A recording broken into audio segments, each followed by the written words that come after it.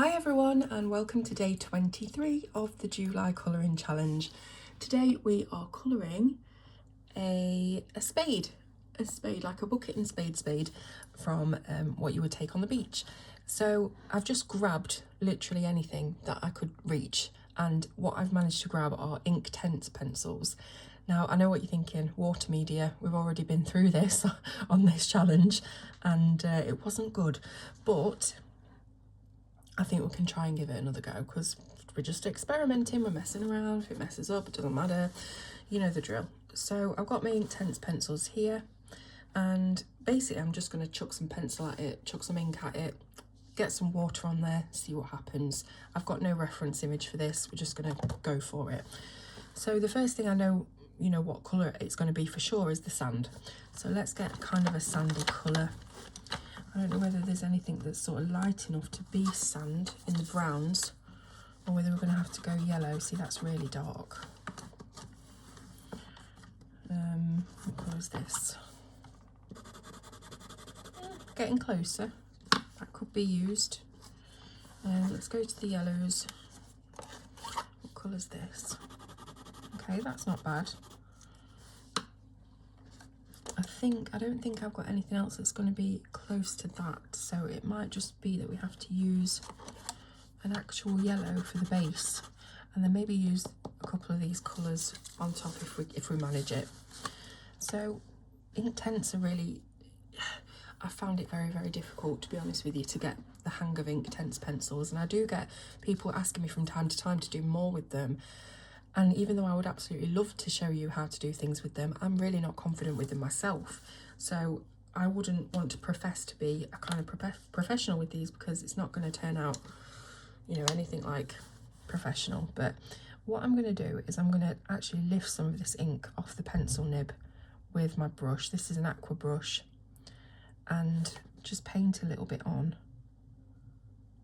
Now with Inktense, they're not like a normal watercolour pencil, because of course they're made from ink. They're not made from a watercolour, water-soluble medium. And once they have dried, they are permanent. So normally with a watercolour pencil, you are able to reactivate the colour, move it around a little bit, yada yada, even after it's dried, to some extent. But with the Inktense, it is completely permanent. So anything you do on the bottom layer is going to be completely immovable once dry. So we're actually going quite a bit out the box for this one. And because I'm using such slight amounts of water, I don't think we're going to have much problem with the buckling of the paper. So little tiny bits of water. I'm then going to just give my brush a little bit of a clean and move on to the next colour, which was this one. Now the colours I'm using, I should mention, shouldn't I? This is cadmium yellow, this one is Sicilian yellow, and the darker one that I've chosen is mustard. So let's try a bit of this Sicilian yellow, and maybe just do a little bit of shading here and there.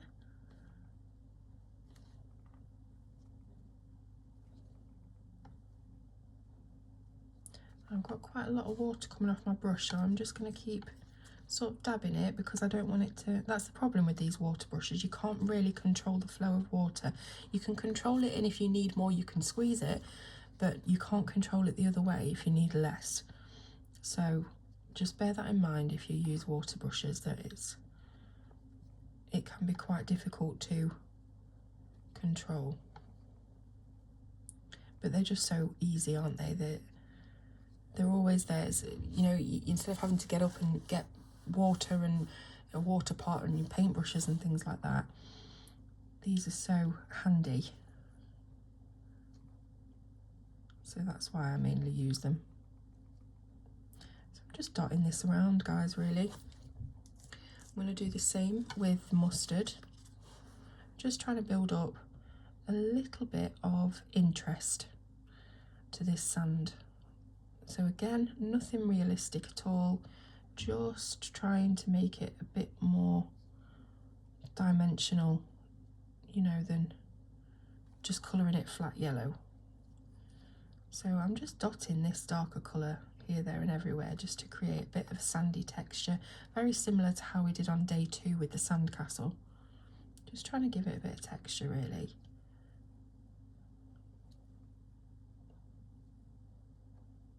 If there are any areas where you want to do a little bit of deeper shading, you can do that. Maybe right here, sort of behind where the spade is sitting. Do you call this a bucket and spade in America, or do you have another name for it?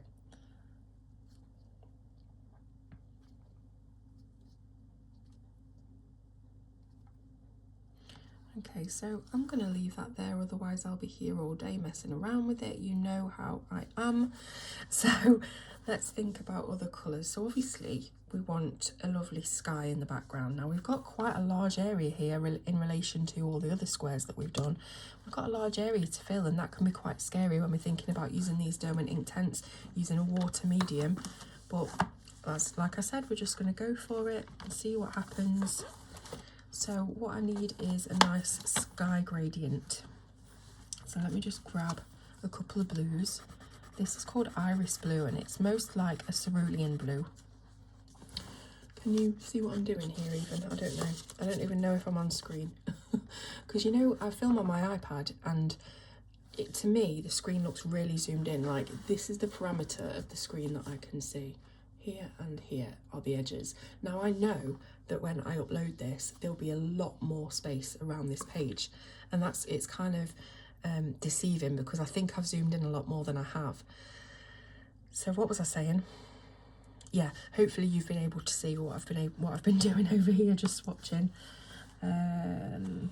This one's called bright blue. How bright is this? No, it's darker. It's more like a Copenhagen blue if we're talking Prismacolor turns.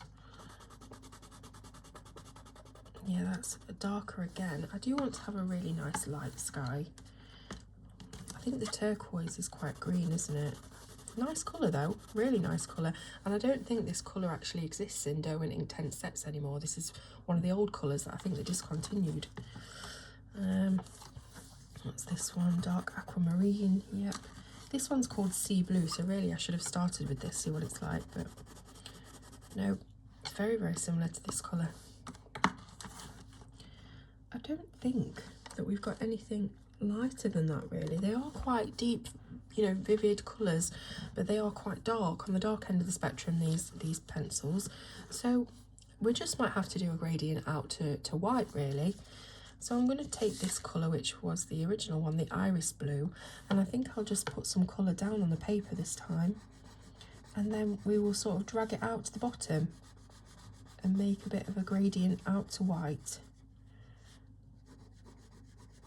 And see what happens there. A little bit more pigment on the top, but these are super, super pigmented. It's deceiving because you put a little bit down and it doesn't look like there's a lot of pigment on the paper at all, and then you add the water. My goodness. So just make sure this is clean, otherwise we're going to get a green sky. Which, you know, why not, but not this time. And I'm going to work from the bottom, or near the bottom. Look, there's lots of water on here. I've got to be careful, because I know that if I go from the top, I'm going to end up with a ton of pigment and probably drag too much of the dark pigment down. But now I know full well that this isn't going to work amazingly well because of the paper that we're using. It's just not made for it. But if we can get anything like a bit of a gradient, then I'll be happy. Again, lots of water coming out of this. I've got to be so quick.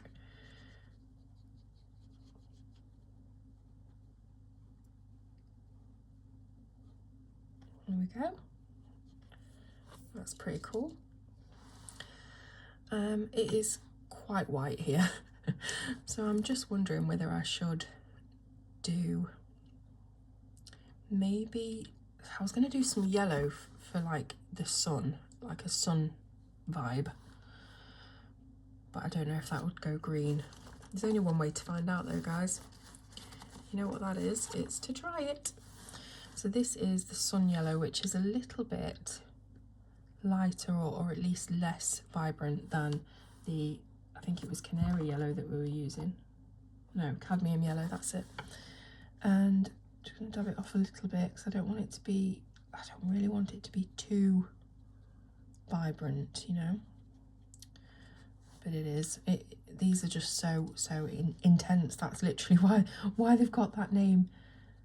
So you can't really get a very subtle colour with these. It really does pack a punch. And remember what I said about them being permanent, you won't be able to move them.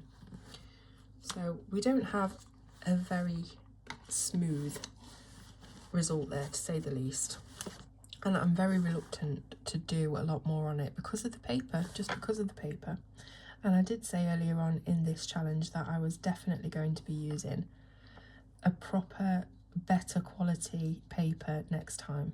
A mixed media paper probably, so that we can chuck what we want at it and it should hopefully play nicely with us. But again, as I've mentioned, I did just want to do this on a cheap stock to show that it could be done. And we've learned that there's things that can be done and there are definitely things that can't. So we've at least learned something. Just dabbing on a little bit more of this blue here and there, trying to be really frugal with the water. But hopefully it's improved it just a little bit. You know, I'm really trying not to pick up much pigment at all, but I do just want to add to the blend a little bit. And I can feel that our paper's starting to fight back, so I'm not going to do too much more. Let's just have it slightly darker up here for the contrast. You know, it is what it is. It's nothing special. Okay, so the actual spade itself, let's do a bright red spade. Why not? So let me find a lovely red. This one's called Hot Red. Oh, it is hot red too. Let's do that. You know, this is a photo paper that I'm using for swatching, and because it's not really, I mean, it's not glossy, it's a matte photo paper, but I reckon we could pick up some pigment off of this, you know? Look at that. Rather than having the full intensity of the pigment, we could probably use this to create a smooth base layer. So almost using this photo paper like a palette and then just picking up the pigment off of it. And you see, it is quite subtle. So that might be a good way, a good technique for using these Derwent ink tints, is to pick up some colour off of a palette and get that subtle look that you might be looking for. So maybe I've even had something useful to impart about the Inktense pencils today, which I definitely didn't think was going to happen. So do we have a darker red? We have got this one that's called Cherry. Yeah, that'll do.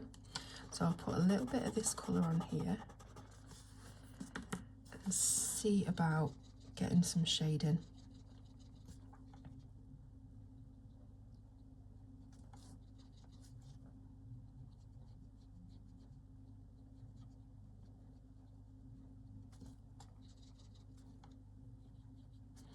Again, this would be a lot easier if we were using watercolour pencils, because we could play with the placement a little bit. We could get a lot more blending going on. But these permanent inks are not made for that. So just keep that in mind when you're using them. Certain art supplies, people get irate that they don't do what other art supplies do, and they think that they must be bad because of that. But it's actually because they're not made for that at all. It's like an apple and an orange, or an apple and a piano. Like, you can't compare them. Just because they're art supplies, it doesn't mean that they're gonna be formulated and made to do the exact same thing. And that's definitely the case when it comes to Inktense. They're a completely different beast to a watercolour pencil.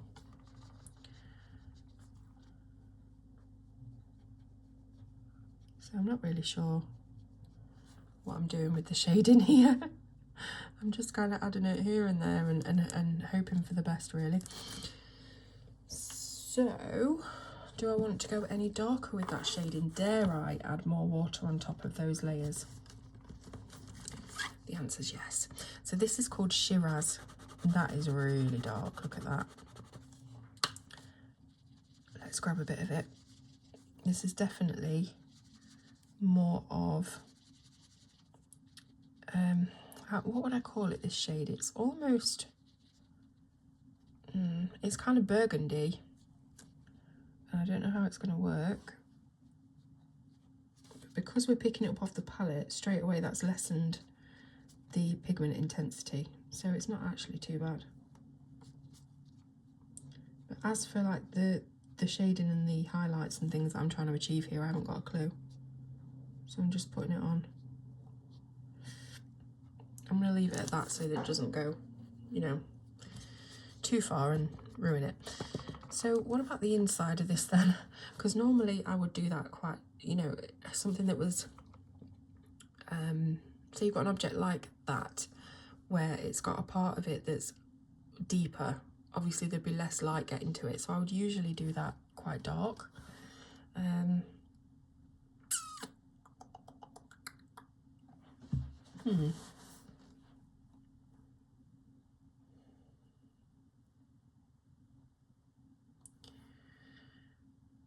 Okay, you know what, I'm thinking too much about this. It's literally a tiny thumbnail. Let's get some of this Shiraz and put what doesn't look like a lot, but is actually quite a fair bit of pigment in the middle there. And this is going to be more intense because we're applying it directly to paper. Too much water. Okay. So we've got an area of the spade that I would say would be darker because of it being deeper and further inset away from the light.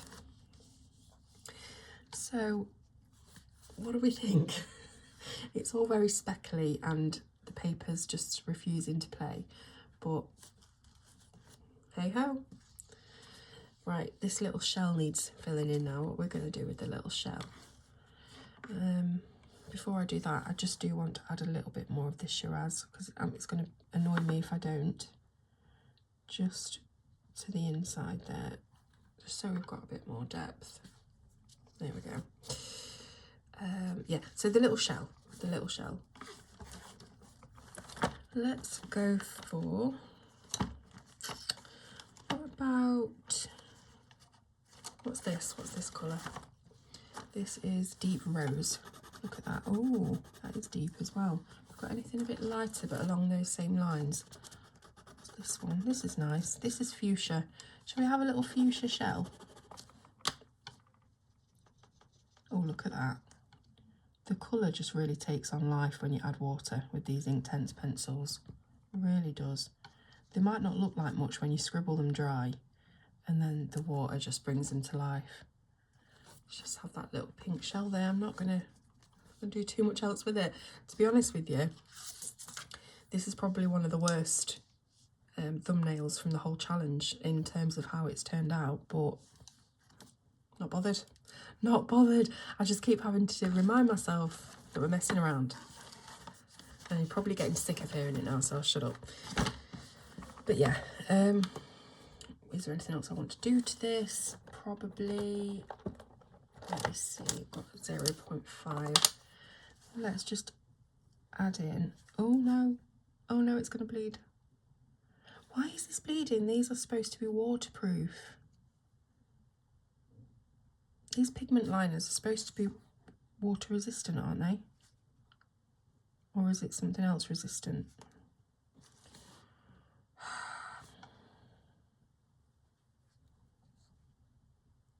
I was just trying to make the outline look a bit better, and now I've made it worse.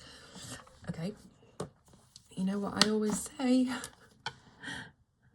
This is going to save the day. It's going to look odd because why is it there? But it's better than the black, I guess. Let's give this a little bit of shine.